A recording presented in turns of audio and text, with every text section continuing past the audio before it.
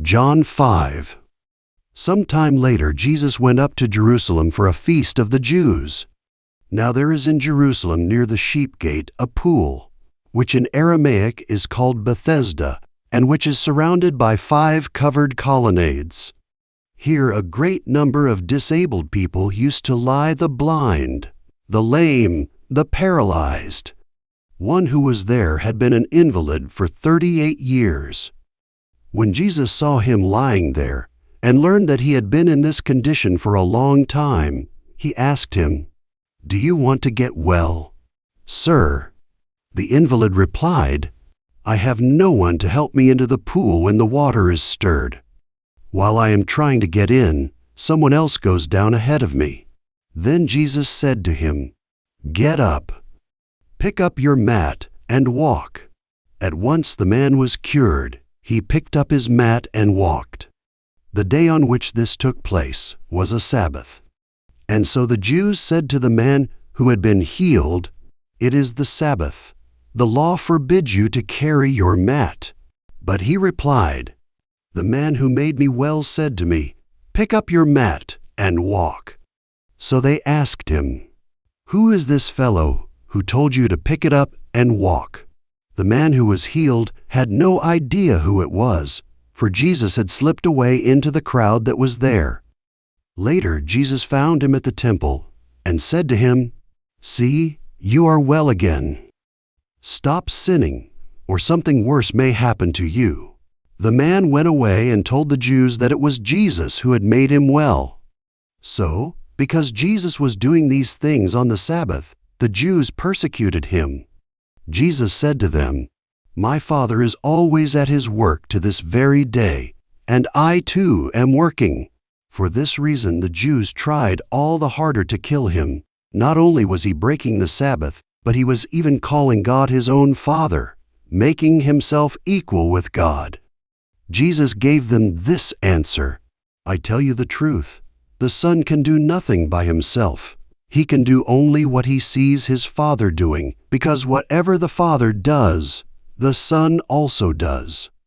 For the Father loves the Son and shows him all he does. Yes, to your amazement he will show him even greater things than these. For just as the Father raises the dead and gives them life, even so the Son gives life to whom he is pleased to give it. Moreover, the Father judges no one, but has entrusted all judgment to the Son, that all may honor the Son just as they honor the Father. He who does not honor the Son does not honor the Father, who sent him. I tell you the truth, whoever hears my word and believes him who sent me has eternal life and will not be condemned. He has crossed over from death to life.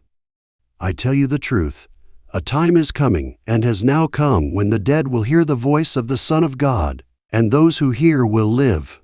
For as the Father has life in himself, so he has granted the Son to have life in himself.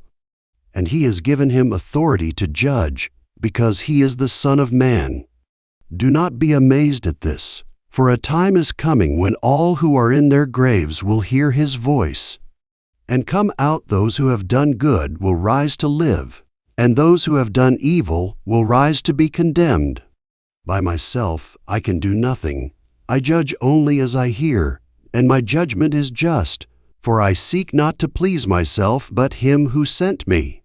If I testify about myself, my testimony is not valid. There is another who testifies in my favor, and I know that his testimony about me is valid. You have sent to John, and he has testified to the truth. Not that I accept human testimony, but I mention it that you may be saved. John was a lamp that burned and gave light, and you chose for a time to enjoy his light. I have testimony weightier than that of John, for the very work that the Father has given me to finish, and which I am doing, testifies that the Father has sent me. And the Father who sent me has himself testified concerning me. You have never heard his voice, nor seen his form, nor does his word dwell in you, for you do not believe the one he sent. You diligently study the Scriptures, because you think that by them you possess eternal life. These are the scriptures that testify about me. Yet you refuse to come to me to have life. I do not accept praise from men. But I know you. I know that you do not have the love of God in your hearts. I have come in my Father's name. And you do not accept me, but if someone else comes in his own name, you will accept him. How can you believe if you accept praise from one another, yet make no effort to obtain the praise that comes from the only God? But do not think I will accuse you before the Father. Your accuser is Moses, on whom your hopes are set. If you believed Moses, you would believe me, for he wrote about me. But since you do not believe what he wrote, how are you going to believe what I say?